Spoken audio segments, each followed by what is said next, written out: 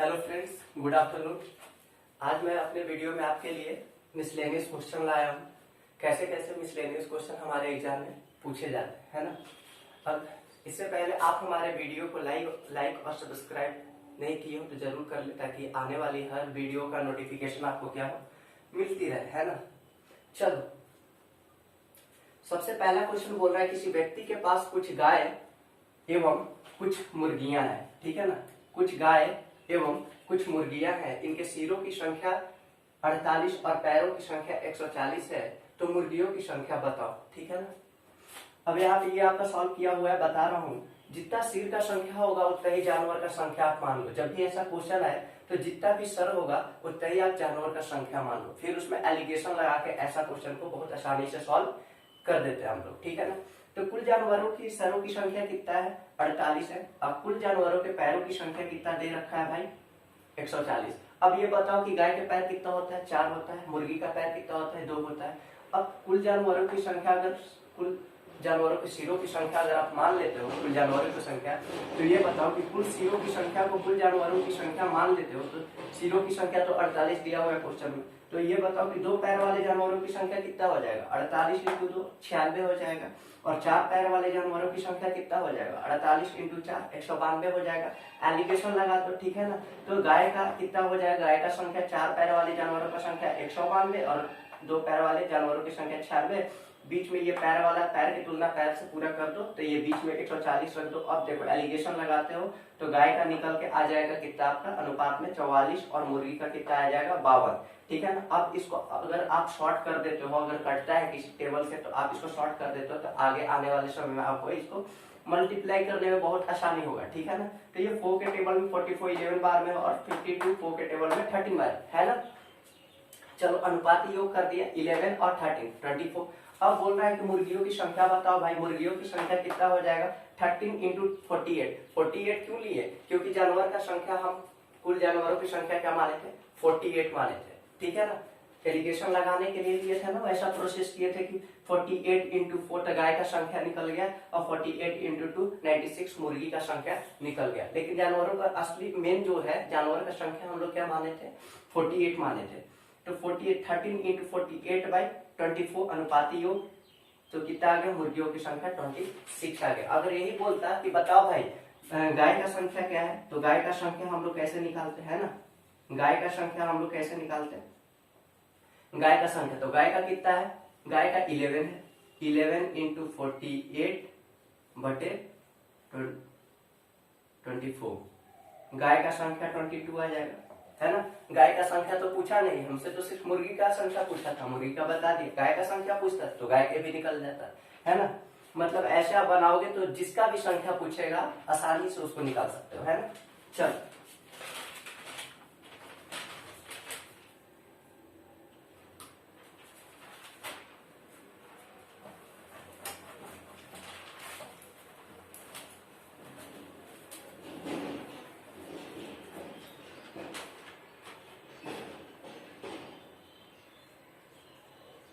एक 20 मीटर ऊंचे खंभे पर एक बंदर एक दिन में 6 मीटर चढ़ता है तथा 4 मीटर फिसल जाता है ना। 4 मीटर फिसल जाता है, तो बताओ वह कुल कितने दिन में ऊपर चढ़ जाएगा। तो बताओ वह कुल कितने दिन में ऊपर चढ़ जाएगा।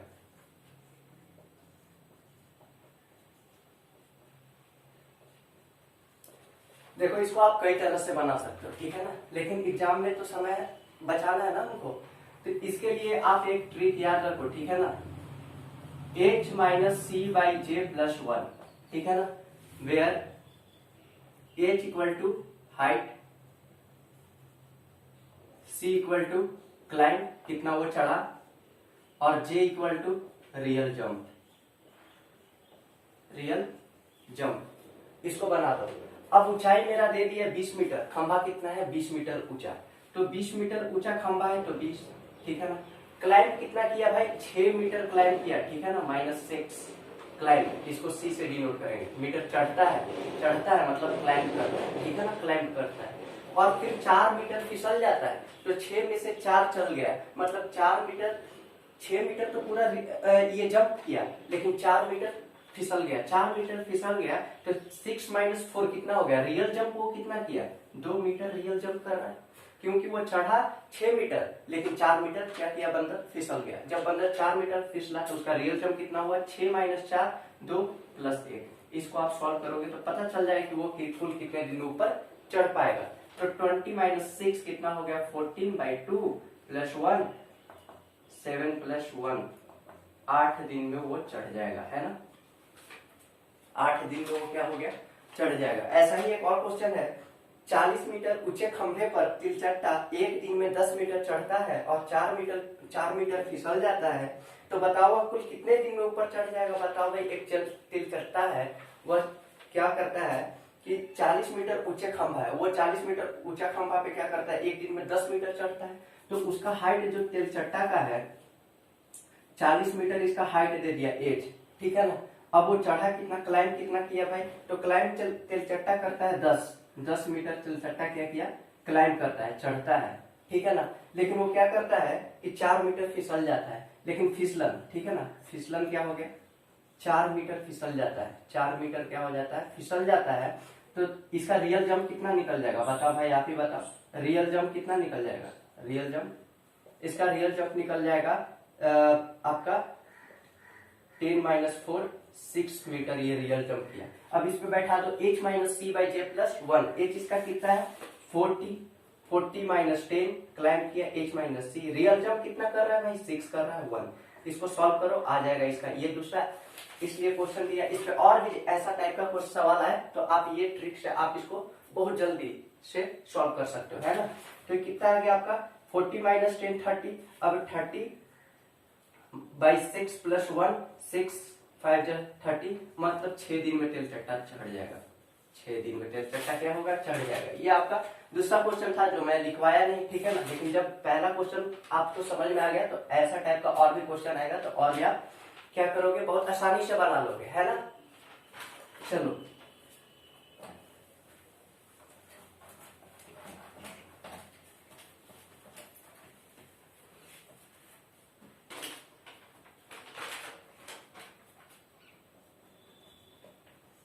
एक 60 मीटर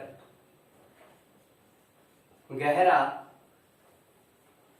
कुआं है, एक 60 मीटर गहरा कुआं है, उसमें एक बंदर गिर पड़ा।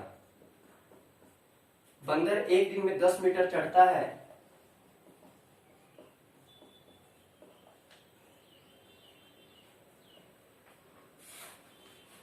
10 मीटर चढ़ता है,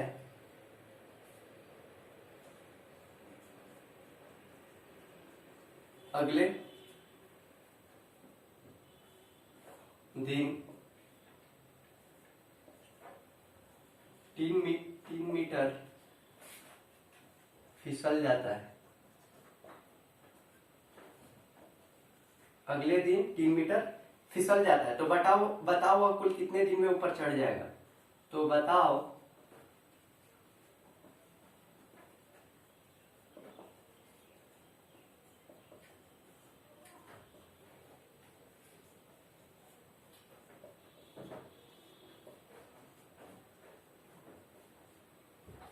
देखो क्या बोल रहा है क्वेश्चन, एक 60 मीटर गहरा कुआं है, उसमें एक बंदर गिर पड़ा। बंदर एक दिन में 10 मीटर चढ़ता है और अगले दिन 3 मीटर फिसल जाता है, तो बताओ वह कुल कितने दिन में ऊपर चढ़ जाएगा।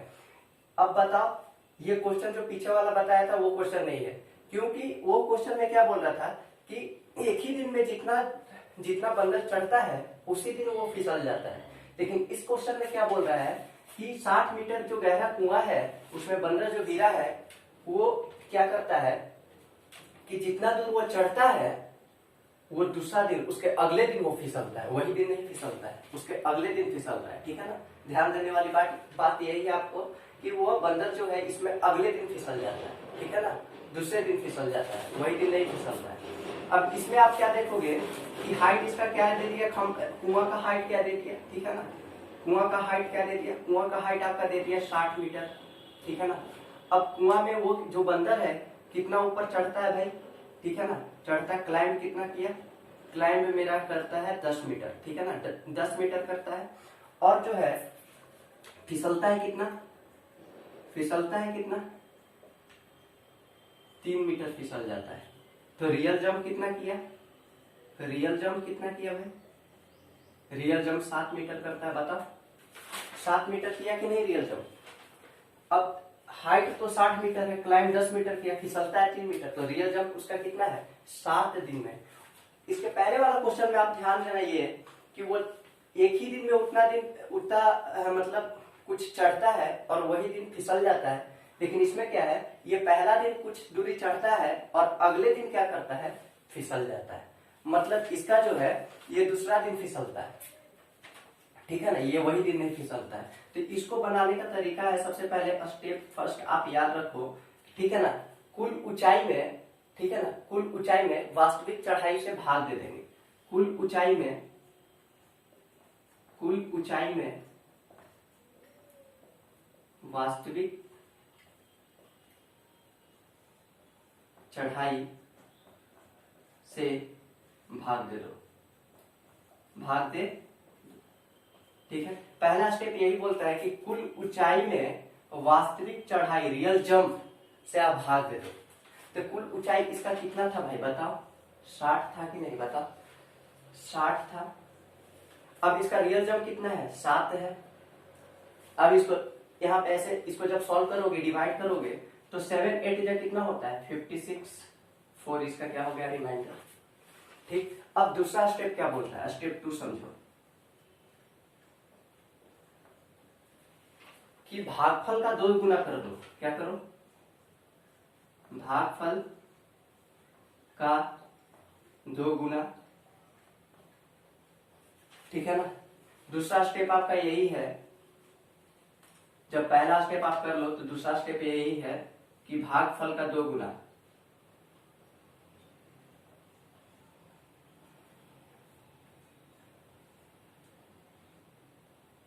इंटू शेष बाई, ठीक है, इंटू शेष बाई कुल चढ़ाई।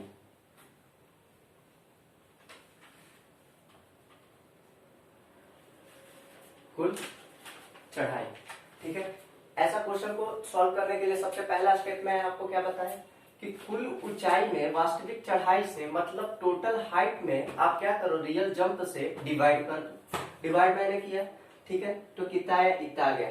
सेकंड स्टेप क्या बोल रहा है, जब इतना आप कर लिए तो सेकंड स्टेप आपको बोल रहा है कि सेकंड स्टेप में आपको यही करना है कि भागफल कितना आया, 8 आया, भागफल का 2 गुना बाई शेष बाई कुल चढ़ाई, बस यही मेरा आंसर हो जाएगा। देखो कैसे,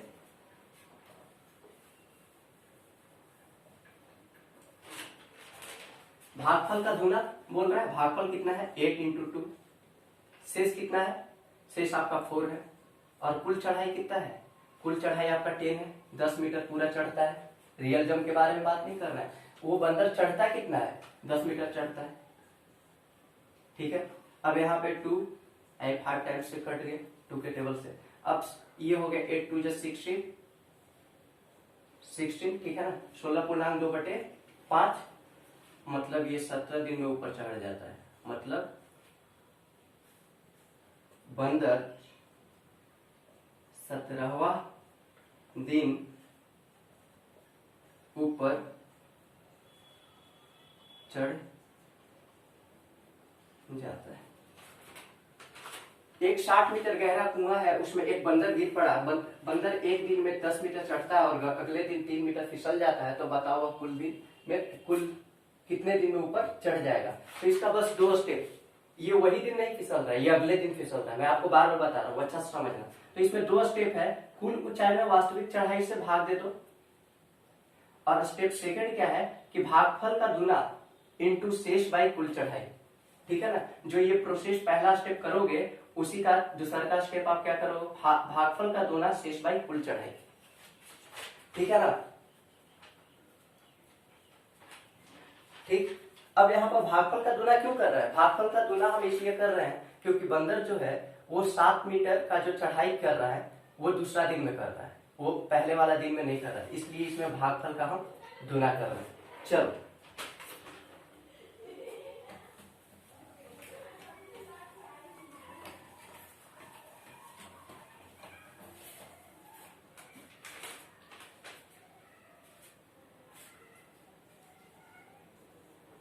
तीन 300 मीटर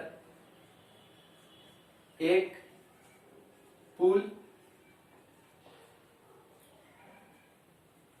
बनाने में के लिए 300 मीटर एक पुल बनाने के लिए कितने खंभों की आवश्यकता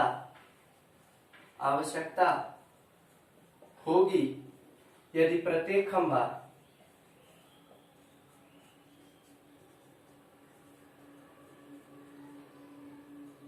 12.1/2 मीटर की दूरी पर हो। देखो कुछ नहीं, ठीक है ना। खंभा का आवश्यकता क्या होगा, कितने खंभों की आवश्यकता होगी, खंभों की आवश्यकता कितना होगा बताओ भाई, खंभों की आवश्यकता क्या होगा, पुल की लंबाई, प्रत्येक खंभे की लंबाई, पुल की लंबाई बटे प्रत्येक खंभे की लंबाई।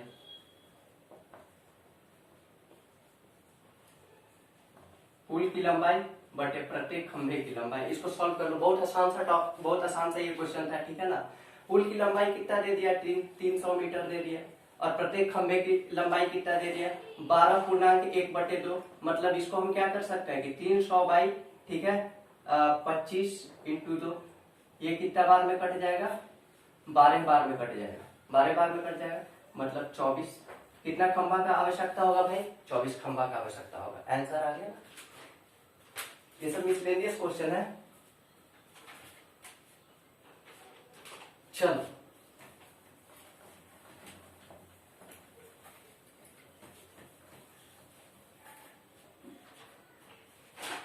अगला क्वेश्चन है, यदि एक बंदूक 9 मिनट में 7 गोलियां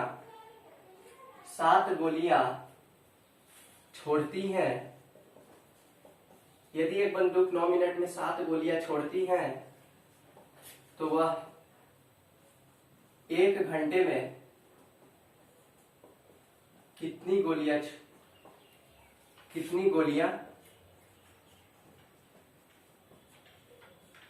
छोड़ेगी। देखो क्या बोला, यदि एक बंदूक 1 मिनट में 7 गोलियां छोड़ती है तो 1 घंटे में कितनी गोलियां छोड़ेगी। अब इसको पहले सॉल्व करने से पहले आप ये जान लो कि कोई भी काम करने में, ठीक है ना, कोई भी आप काम कर रहे हो तो कोई भी पहला काम करने में आपको समय नहीं लगता है। आप कोई भी काम कर रहे हो तो कोई भी काम करने में पहली बार समय नहीं लगता है। अब ये 9 मिनट में क्या है, 9 मिनट में क्या है कि 7 गोली छोड़ता है, 7 फायरिंग करता है, ठीक है ना। एक फायरिंग, दूसरा फायरिंग, तीसरा फायरिंग, चौथा फायरिंग, पांचवा फायरिंग, छठा फायरिंग, सातवां फायरिंग, मतलब 60 फायरिंग किया। लेकिन अंतराल देखो, मतलब कोई भी पहला काम आप करोगे तो वो पहला काम करने में आपका समय नहीं लेते हैं, ठीक है ना। ये बहुत मेन कंसेप्ट है इसका, ठीक है ना। तो ये 7 गोली छोड़े तो ये नहीं कि 9 मिनट में 7 गोली छोड़ता है तो चलो भाई 1 घंटा में कितना करेगा, तो 9 ऐसे कर देंगे कि 7/9 × 60 है। नहीं, इसका कंसेप्ट है कि कोई भी पहला काम आप करते हो, पहली बार कोई काम करते हो तो काम करने में आपका समय क्या लगता है, नहीं लगता है, ठीक है ना। कोई भी पहला काम करने में आपका समय नहीं लगता है। तो इसका देखो अंतराल कितना हो जाएगा, अंतराल कितना हो जाएगा, 1 2 3 4 5 6, मतलब हम 7 गोली छोड़ रहे हैं तो 6 का अंतराल पे चल रहा है। बताओ भाई रियल कितना हुआ, 6 हुआ। तो अब इससे क्या होता है, आपका यही मेन कंसेप्ट था जो मैं बताया कि कोई भी अगर हम 7 7 टाइम्स अगर मैं गन फायरिंग कर रहा हूं, ठीक है, गन फायरिंग किया तो रियल उसका क्या हुआ कि पहला फायरिंग करने में मेरा कोई समय नहीं लगा, इसलिए रियल हम उसको 6 ही मानेंगे, ठीक है ना, 6 मानेंगे। जब 6 मान लिए तो पहला गोली छोड़ने में हमारा समय नहीं लगता है, हमारा समय नहीं लगता है, ठीक है, पहला गोली छोड़ने में हमारा समय नहीं लगता है। अब देखो अकॉर्डिंग टू क्वेश्चन क्या बोलता है, जब इतना आप समझ गए तो अकॉर्डिंग टू क्वेश्चन 9 मिनट में जब 7 टाइम्स गोली छोड़ा, लेकिन रियल इसको 6 मानेंगे। कैसे हुआ 6, मैं बताया आपको, पहला गोली छोड़ने में जो समय लगता है उसको मैं नहीं लिया जाता है, ठीक है ना, उसको नहीं लिया जाता है। तो 9 मिनट में 6 फायरिंग करता है, तो क्या बोला कि 1 घंटा में कितना फायरिंग करेगा, तो 1 घंटा में कितना मिनट होता है भाई, 60 मिनट होता है 1 घंटा में, 1 घंटा में 60 मिनट होता है, ठीक है ना, तो 1 घंटा, ठीक है ना, 1 घंटा में कितना बार वो गोली छोड़ेगा, तो 6/9 इंटू 60, ठीक है, 2 3 जा 6, सॉरी 3 2 जा 6 और 3 3 जा 9, 3 20 जा 60, 20 इंटू 2, 40 बार गोली छोड़ेगा, 40 बार गोली छोड़ेगा। अगर वो 40 बार गोली छोड़ता है, लेकिन अब वो 40 बार तो रियल गोली छोड़ा, लेकिन इसको क्या करते हैं हम लोग, 40 + 1, पहला बार वो अगर गोली छोड़ा होगा 1 घंटा वाला, जो 1 घंटा में जो जितना बार वो गोली छोड़ रहा था, उसमें जो पहला बार वो गोली छोड़ा होगा वो हम लोग नहीं लेते हैं, लेकिन जब बता रहे हैं कि 1 घंटा में वो कितना गोली छोड़ा, तो 1 घंटा में वो कितना गोली छोड़ेगा, 40 + 1, वो पहला गोली जो नहीं लेते हैं उसका समय वो 1 जोड़ दिए, तो 1 घंटा में वो 41 टाइम्स फायरिंग किया, 41 टाइम फायरिंग किया, 41 आंसर आया। 1 घंटा में वो 41 बार फायरिंग करेगा, है ना, खत्म।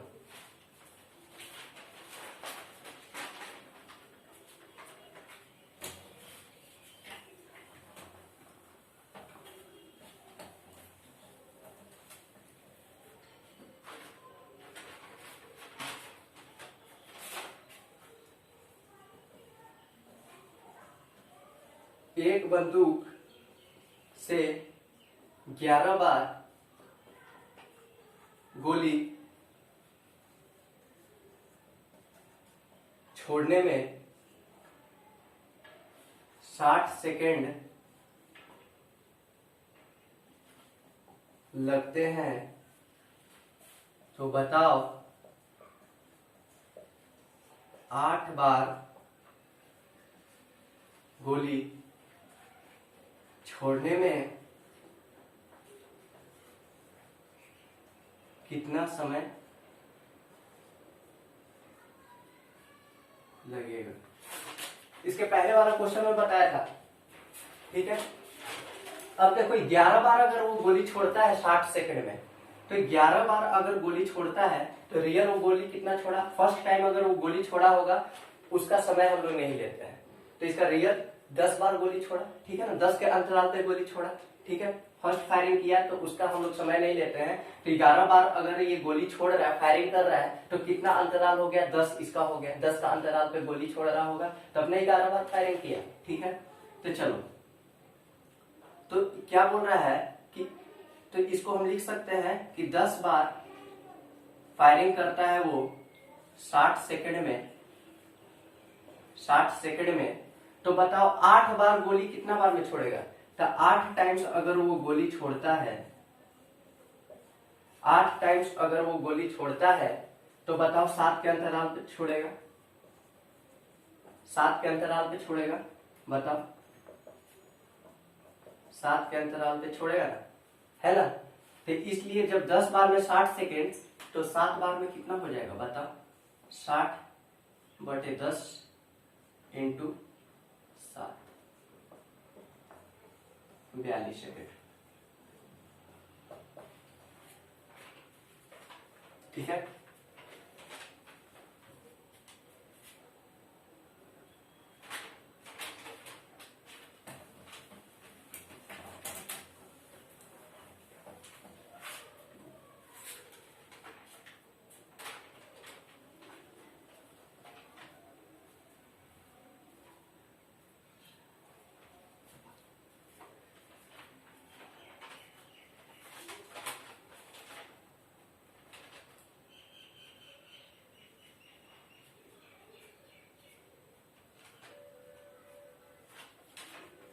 अगला क्वेश्चन देखो आप,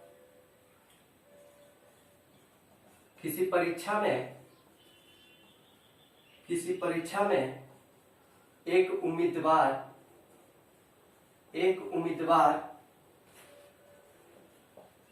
को प्रत्येक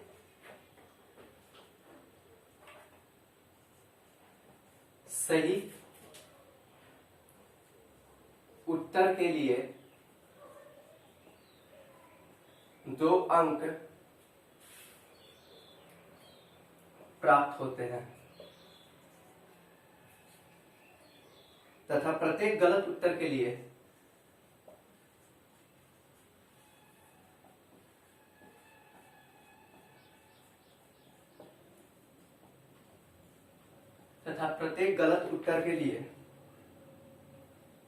उसका 1 अंक काट लिया जाता है।